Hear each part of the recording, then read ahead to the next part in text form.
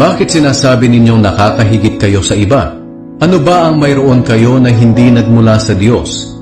Kung ang lahat ng nasa inyo ay nagmula sa Diyos, bakit nagmamalaki kayo na parang galing mismo sa inyo ang mga ito? Inaakala ninyo na nasa inyo na ang lahat ng inyong kailangan, na mayayaman na kayo at nagahari na sa kaharian ng Diyos nang wala kami.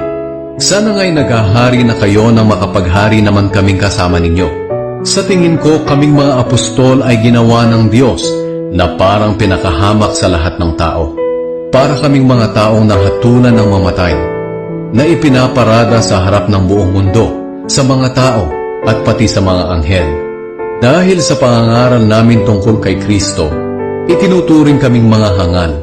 Ngunit kayo naman ay nag-aakalang marurunong dahil na kay Kristo kayo. Kami ay mahihina at sa palagay ninyo ay malalakas kayo.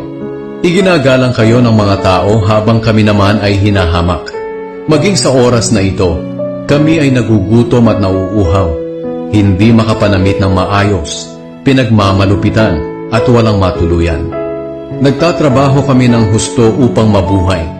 Kung nilalait kami ng mga tao, pinagpapala namin sila. Kung kami ay inuusig, tinitiis na lang namin ito. Kung kami ay sinisiraan, mahinahon kaming sumasagot. Hanggang ngayon itinuturing kami